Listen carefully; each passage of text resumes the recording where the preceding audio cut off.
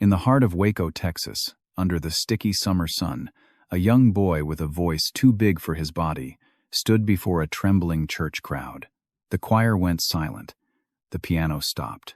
And then he sang. That voice, clear, golden, soulful, filled the room like light through stained glass.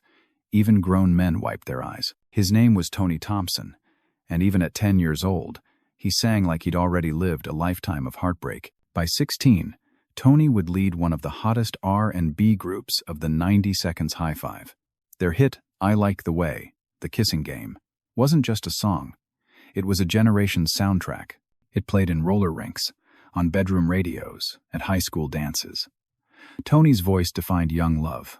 But the higher he climbed, the darker the shadows grew. Fame came fast. Money came slow. And behind the smiles on album covers were contracts, pressure, and the quiet war of addiction. By the time the lights faded, Tony's story would become one of the most heartbreaking in R&B history, a reminder that talent can take you to the stars, but pain can pull you right back down to earth. On a June night in 2007, back in the same Texas T, the boy who sang about love had lost the fight for his own life. This is the rise and fall of Tony Thompson, the voice that made the world feel young again, and the silence that followed.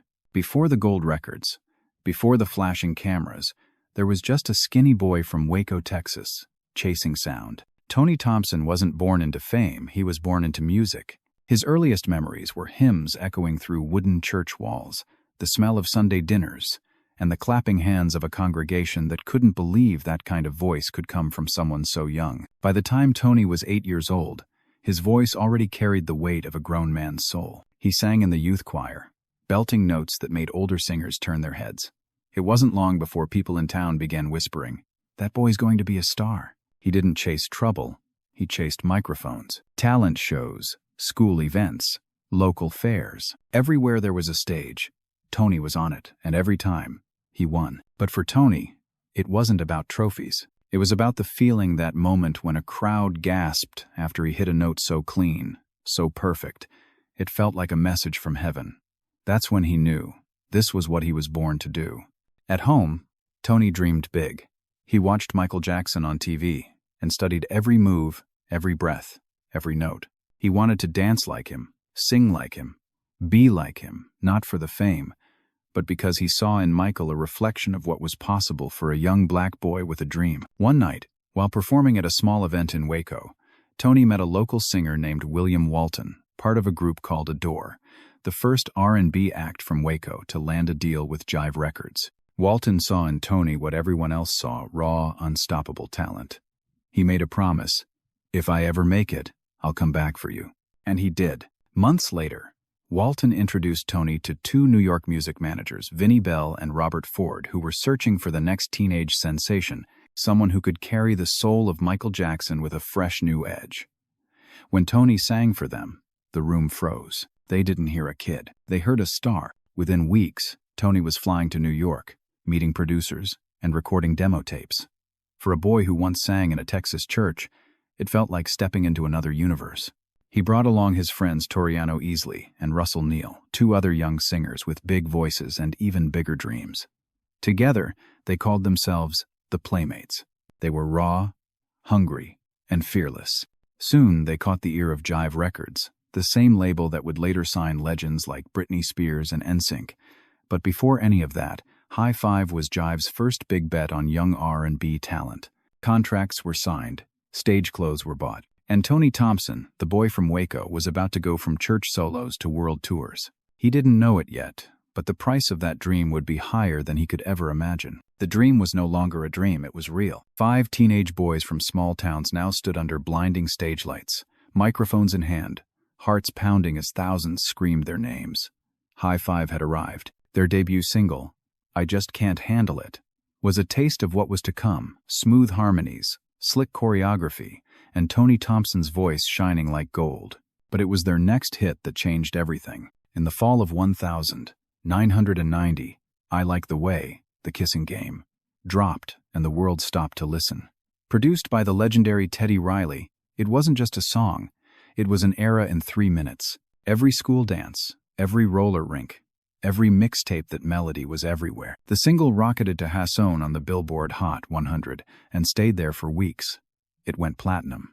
Tony was just 16 years old, a kid from Waco now singing to millions. The group was touring the world, performing on TV, appearing in magazines.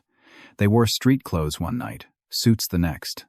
They were cool, clean, and untouchable. But behind the cheers and camera flashes, reality was colder. They were still kids balancing fame with homework, cameras with tutors. While fans saw perfection, inside the group things were already starting to break. Just as their careers were taking off, tragedy struck. One of the founding members, Toriano Easley, was arrested for murder.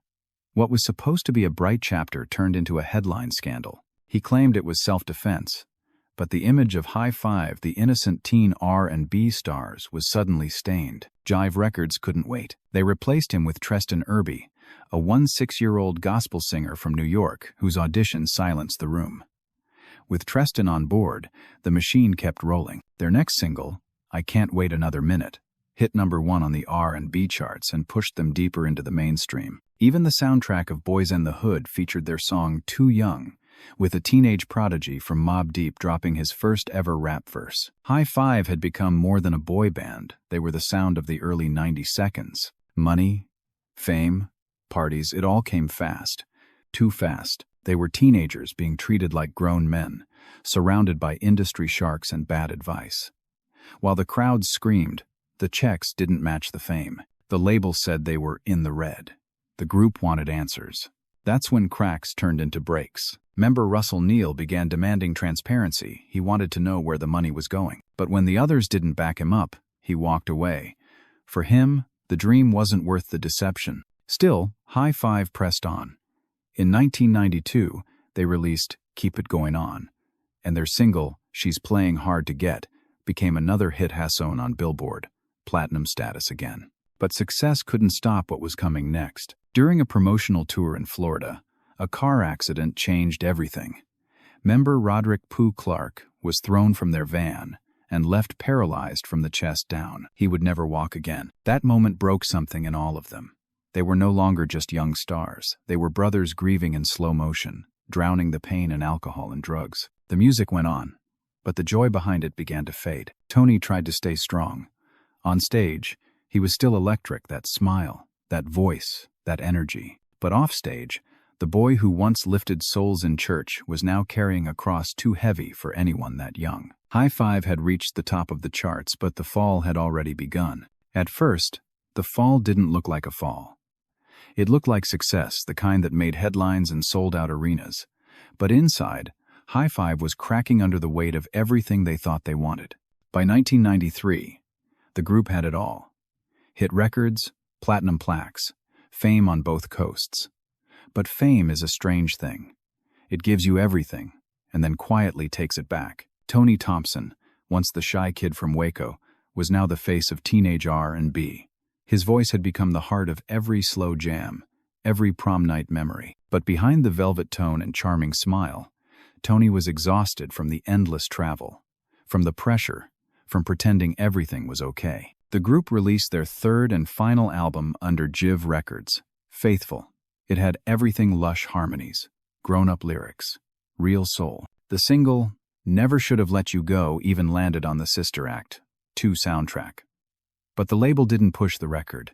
Promotion was half-hearted, money was tight, and the group's chemistry had faded. Still, Tony carried on. He had always been the glue, the one who smiled for the cameras, who sang through the heartbreak. But when Jive Records approached with a new deal, a solo contract, the pressure on him doubled. For years, labels had whispered in his ear, "You don't need them, Tony. You're the star." And maybe he believed it. By 1995, High Five had left Jive and signed with Giant Records. The plan was simple. Tony would release his solo debut, Sexational, and then the group would follow with a new album. It sounded fair. It sounded smart. But it wasn't. Giant Records didn't care about the group. They wanted Tony. He was their next big R&B bet, their potential new Usher. They poured money into his solo project, hiring top-tier producers Teddy Riley, Babyface, Al B. Sure, even Puff Daddy and Missy Elliott worked on tracks. The album was good too, good to fail. But it did. When Sexational dropped, It barely made a dent on the charts. The single "I Wanna Love Like That" reached the top 20, but sales didn't follow. Giant Records pulled the plug, dropping Tony and High Five altogether. The dream had turned cold. The fall hit Tony hardest. He'd been groomed for stardom, told his voice would carry him forever. But when the spotlight dimmed, the silence was unbearable. He turned to what so many broken stars turn to: drugs. Cocaine, heroin, anything to numb the noise. Old bandmates tried to help. Rehab was suggested. Promises were made. But addiction doesn't care about gold records. It doesn't care about legacy. It just takes. Meanwhile, the rest of High Five scattered. Some took regular jobs. Some stayed in music. Others, like Russell Neal, drifted into darker paths. The brotherhood that once made them unstoppable had turned into a painful memory. Tony tried one more time. He signed briefly with Bad Boy Records, hoping Puff Daddy could revive his career. But his habits and his heartbreak followed him. The deal collapsed before it even began. By the early 2000s, Tony was living back in Waco, far from the lights, far from the fans who once screamed his name. The boy who sang about love was now singing only to himself. But deep down, Tony never stopped dreaming.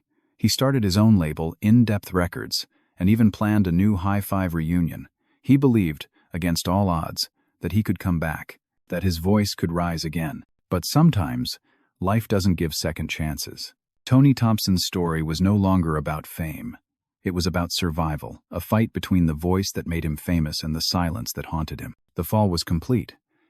But tragedy hadn't finished with him yet. By 2007, Tony Thompson was no longer the teenage superstar who had made the world fall in love with the kissing game. He was 31 years old, older, quieter, and tired from years of fighting his own demons.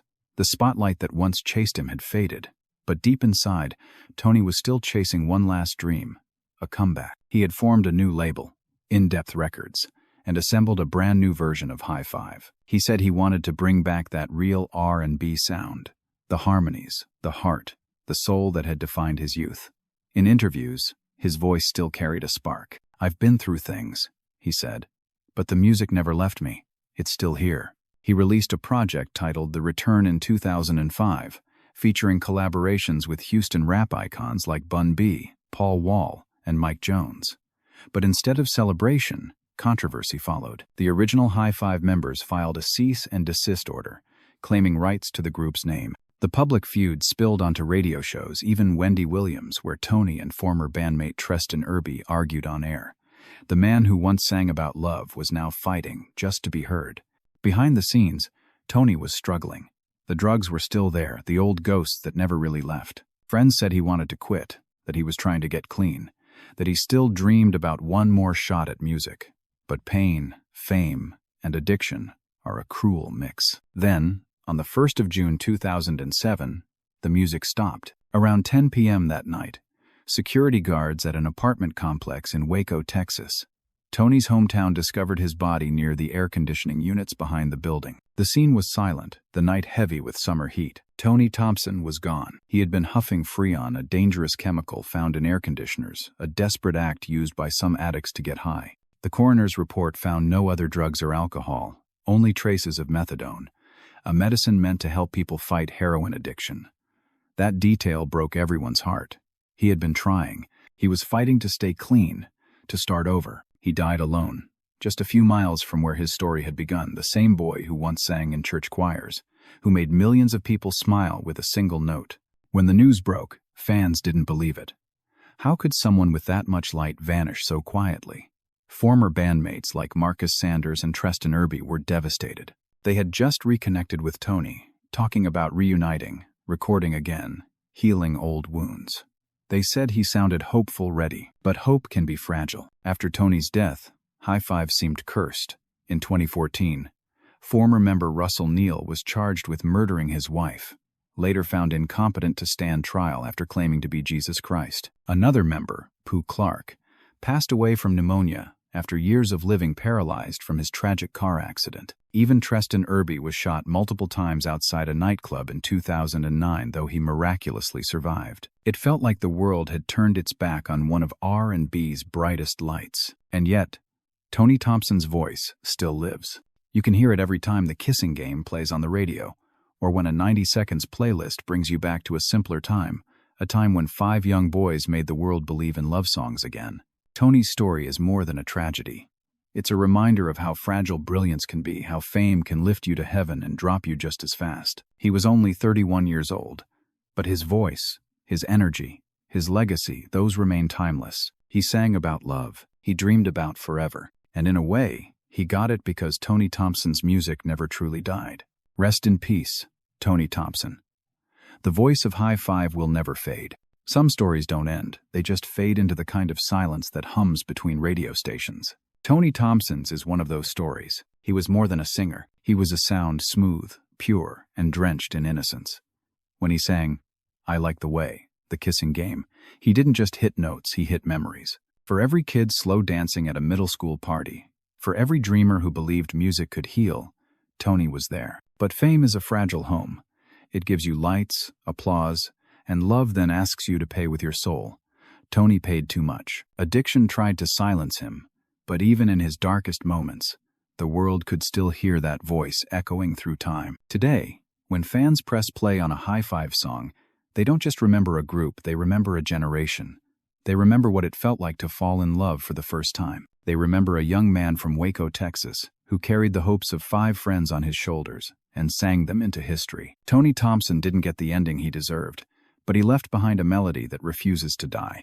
Somewhere in the airwaves, his voice still floats soft, eternal, untouchable. And maybe that's what real legacy sounds like. Rest easy, Tony. The world still likes the way you make us feel.